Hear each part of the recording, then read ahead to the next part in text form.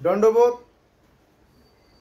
আজকে এই সংবাদ মাধ্যমের মধ্য দিয়া গত 9 আগস্ট 2025 ইং তারিখত কোচবিহার উত্তর বিধানসভা কেন্দ্রের অন্তর্গত ডোডেয়ারহাট বাজারত দলীয় সন্ত্রাসের ফলে এক রাজবংশী যুবক নিহত হয়, যার নাম অমর রায়। কামতাপুর স্টেট ডিমান্ড কাউন্সিল অমর রায়ের আত্মার শান্তি কামনা করে এবং তার পরিবারের প্রতি সমবেদনা জানায়, যদিও সমবেদনা জানানোর ভাষা নাই। অমর রায়ের পরিবারের সাথে গোটায় কামতাপুর স্টেট ডিমান্ড কাউন্সিল শোকাহত ও মর্মাহত। সাথে সাথে কোচবিহারের পুলিশ প্রশাসনের নিকট কামতাপুর স্টেট ডিমান্ড কাউন্সিলের আর্জি খুব নক্তে করিয়া যাতে অমর রায়ের খুনির ঘটক শনাক্তকরণ করিয়া দৃষ্টান্তমূলক শাস্তির ব্যবস্থা করা হয়, না হলে কামতাপুর স্টেট ডিমান্ড কাউন্সিল বৃহত্তর আন্দোলনে যাইতে বাধ্য থাকিবেই। এই পরিস্থিতির ক্ষত বিক্ষত হৃদয়স্পর্শী বেদনার সাথে কামতাপুর স্টেট ডিমান্ড কাউন্সিল বৃহত্তর কোচ রাজবংশী সম্প্রদায়ের উদ্দেশ্যে এই বার্তা দেয় যে আর কত তোমরা দলীয় সন্ত্রাসের বলি হইবেন। কি বামফ্রন্টের সময়, কি তৃণমূলের সময়, মরিসে রাজবংশী বর্তমানেও মরিনেক্সে রাজবংশী। অতীতে ৭৬ বছরের কলকাতা কেন্দ্রিক উপনিবেশিক শাসনের দিকে চোখ রাখলে দেখা যায় ইমরা কোনোদিনও রাজবংশীর ভাল করে নাই, বরং প্রতিনিয়ত রাজবংশীর ক্ষতি করিছে। শত শত রাজবংশী হত্যা করিছে, বাড়িঘর ভাঙি দিছে, এমনকি মহেশ বসুনিয়ার মতো রাজবংশী সমাজের এক মূল্যবান সম্পদ তাকেও খুন করিতে ইমরা দ্বিধাবোধ করে নাই। আমারগুলার সরলতার সুযোগ নিয়া বহিরাগত এক শ্রেণীর মানুষ আমার সব কিছুই দখল করে নিছে।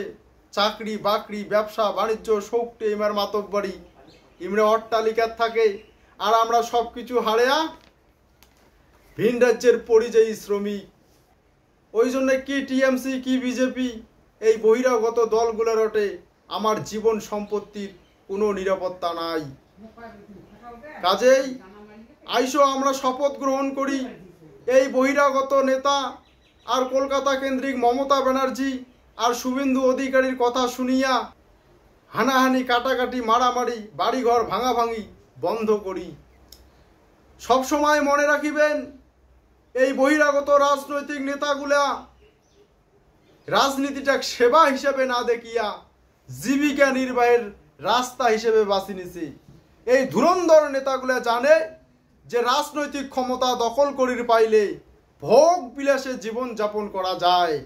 তাই তো ইমার ক্ষমতা দখলের লড়াইয়ে প্রতিনিয়ত সন্ত্রাসের বলি হয় রাজবংশী সম্প্রদায়ের মানুষ।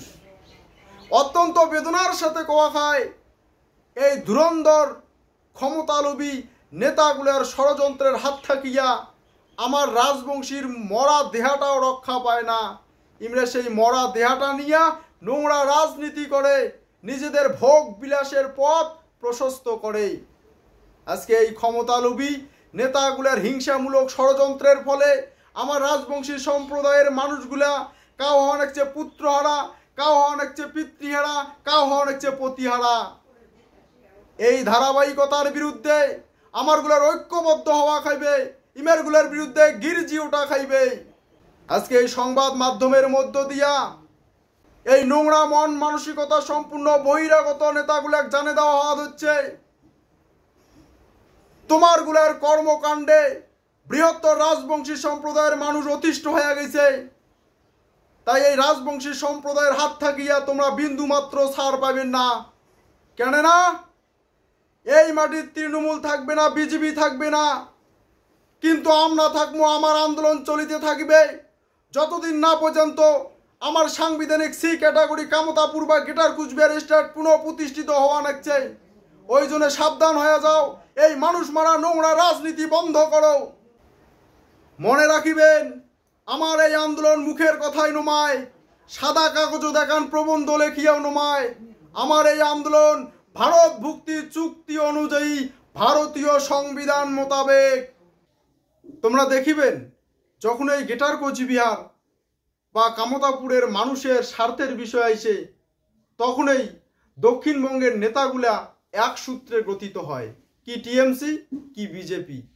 তখন আমরা সেটিং রাজনীতি করে উদাহরণ দিলেই বোঝা যায়, গত 15 আগস্টের আগত কেন্দ্র সরকার জীবন সিংয়ের সাথে শান্তি আলোচনার মধ্য দিয়া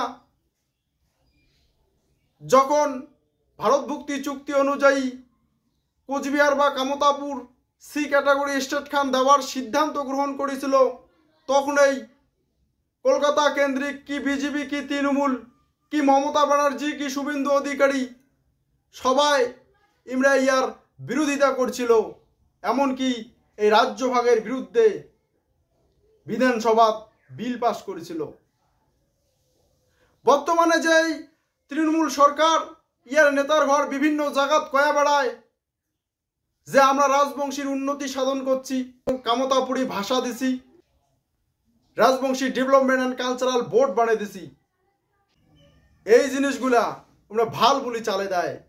কিন্তু আমরা কবার চাই এগুলো আমার ভাল নমায়, এগুলো হচ্ছে আমার অধিকার আদায়ের রাস্তা হিমালয় পর্বতের মতো করি দাঁড় হয়ে আছে, যাতে আমরা সেই বাধা অতিক্রম করি, আমার পাওনা আমরা আদায় করি না পাই। অতই যদি তৃণমূল সরকার রাজবংশীর ভাল চায়, তাহলে অন্য সময় পার্লামেন্টত বিভিন্ন বিষয় নিয়ে সক্রিয় হয় ওর এমপির ঘর, তাহলে রাজবংশী বা কামতাপুরী ভাষা নিয়ে কে পার্লামেন্টত সওয়াল করে না, কে আমার ভাষাটা অষ্টম তপশিলত অন্তর্ভুক্তকরণ করা হয় না, এই দাবি করে না কে? কোনো বাঙালি এমপি দাবি করছে কি বিজেপি কি তৃণমূলের? করে নাই। বরং কি করছে, আমার একই ভাষা দুই ভাগে ভাগ করিয়া দুকেন একাডেমি বানিয়ে দিছে, যাতে ভবিষ্যতে আমার ভাষা সাংবিধানিক স্বীকৃতি না পায়। ওই জন্য এই চক্রান্তের বিরুদ্ধে আইসো সবাই আমরা একজোট হই, ঐক্যবদ্ধ হই, আর এই উপনিবেশিক সরকারের বিরুদ্ধে গণতান্ত্রিক পদ্ধতিতে যুদ্ধ ঘোষণা করি। ওই জন্য কেএসডিসির পক্ষ থেকে আহ্বান করা হচ্ছে, আইসো আমরা সবাই, কে হলো অধ্যক্ষ জীবন সিং ডাঙ্গরিয়া, আরো কে হলো কেএন অধ্যক্ষ ডিএল কোচ ডাঙ্গরিয়ার সাথে কেন্দ্র সরকারের শান্তি আলোচনা সমর্থন জানিয়া দলে দলে কেএসডিসির যোগদান করি।